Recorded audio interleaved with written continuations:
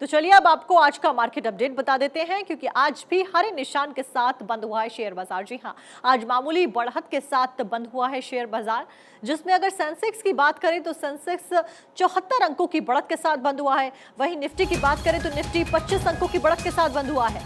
तो आज पॉजिटिव रहा शेयर बाजार का रिस्पॉन्स। आज मामूली बढ़त के साथ शेयर बाजार बंद हुआ है। और इसी के साथ तमाम जानकारी लेकर मार्केट एक्सपर्ट राजीव रंजन जी हमारे साथ जुड़े हैं। राजीव, क्या कुछ अपडेट है आज मार्केट, क्या संकेत देता है ये मामूली बढ़त? Good afternoon. अगर हम नंबर की तरफ देखें तो मामूली बढ़त लग रही है, लेकिन तमाम एशियाई बाजार और ग्लोबल मार्केट आज निगेटिव थे। सिर्फ जापान और भारतीय मार्केट ही हरे निशान में बंद होने में कामयाब रहे हैं, और इस मजबूती की वजह बैंकिंग, फाइनेंशियल सेक्टर्स है, एनर्जी सेक्टर्स है। हमारा मार्केट काफ़ी मजबूत है और एक ऐसे लेवल पे है जहां से एक ब्रेकआउट के बाद हम 18,000 की तरफ बढ़ते हुए दिखाई देंगे। तो आज का ये बढ़त हमें काफ़ी अच्छा लग रहा है, क्योंकि हमने विदेशी मार्केट के निगेटिव सेंटीमेंट्स को नकार दिया है और हम मजबूती से 16,700 के ऊपर बने हुए हैं, 17,700 के ऊपर बने हुए हैं। जी राजीव, अगर हम बात करें इन्वेस्टमेंट के लिहाज से, इन्वेस्टर्स के बारे में, तो एक छोटी सी टिप अगर उनको देना चाहें तो क्या वो टिप होगी इन्वेस्टमेंट के लिहाज से?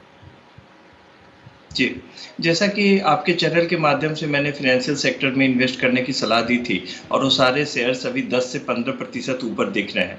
मैं आने वाले समय में भी इसमें मजबूती देखता हूँ। साथ ही मैं निवेशकों को कहना चाहूँगा कि आईटी सेक्टर एक करेक्शन के बाद, इन्फोसिस के रिजल्ट के बाद जो गिरावट हुई थी, वो एक अच्छे आकर्षक रेट्स पे है।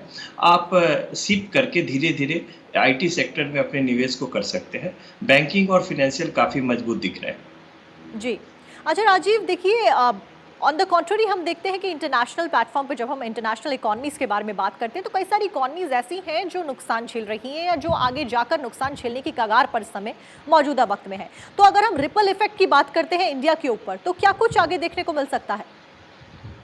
ये रिपल इफेक्ट ही था जिसके वजह से हम आज नई ऊंचाई पे नहीं है। ये जो भी करेक्शन भारतीय बाजार में था, ये ग्लोबल सेंटिमेंट्स की वजह से था। अमेरिका जो लगभग रिसेशन के कगार पे है, उसके वजह से भारतीय बाजार में करेक्शन हुई थी, और उस करेक्शन को नकार करके अब हम ऊपर आ गए हैं। तो जो भी यूरोपीय और अमेरिकी बाजार में संकट है, जो बेरोजगारी की डाटा और इन्फ्लेशन, महंगाई है, इसके वजह से हम नीचे आए थे। लेकिन हमारी जो अर्थव्यवस्था है वो काफ़ी मजबूत है, और आरबीआई ने सही समय पे सही कदम उठाए थे, जिसके वजह से हमारे बाजार काफ़ी मजबूती से आगे बढ़ रहे हैं। मैं आगे कोई भी चिंता नहीं देख रहा, हमारा भारतीय बाजार काफ़ी मजबूत है। तो निवेशित रहें और संयम से बने रहें। मुझे लगता है आने वाले समय में हम 18,000 के मार्केट की निफ्टी के स्तर को तोड़ेंगे और नई ऊंचाइयों पे जाएंगे। जी बिल्कुल, और आने वाले दिनों में रिकॉर्ड तो भारत बनाएगा ही। कई सारी रिपोर्ट्स सामने आई हैं इस बीच में जो अलग अलग दावे करती हैं। अगर हम बात करें भारत के फ्यूचरिस्टिक पॉइंट की, देखिए ऑल्दो शेयर मार्केट एक ऐसी जगह है जहां पर अगर प्रोबेबिलिटी की बात करें तो वो लगाना बेहद मुश्किल हो जाता है, लेकिन फिर भी अगर हम बात करें तो आगे क्या कुछ ऐसे ही हरे निशान के साथ हम देख सकते हैं? शेयर मार्केट बंद होगा या फिर आने वाले दिनों में लॉस की भी संभावना देखने को मिल सकती है? देखिए, मार्केट तो अनिश्चितताओं का है। कहते हैं मार्केट खुद उसको प्रेडिक्ट करना बहुत मुश्किल होता है। लेकिन जो भी डाटाज आ रहे हैं, इकोनॉमिक सर्वेज आ रहे हैं, बैंकों के रिजल्ट्स आ रहे हैं, और ख़ास करके ऑलरेडी आईटी इतना करेक्ट हो चुका है। तो जब आईटी इस तेज़ी में शामिल होगा तो मैं नई ऊंचाइयों को देख रहा हूँ। तो मार्केट तो अनिश्चित रहता है, लेकिन जो भी डाटाज हैं हमारे, जो हमारे जी इकोनॉमिक डाटाज हैं, जीडीपी डाटाज हैं, वो काफ़ी ही हमारी प्रबल दावेदारी दे रहे हैं कि हम विश्व मार्केट को लीड करेंगे।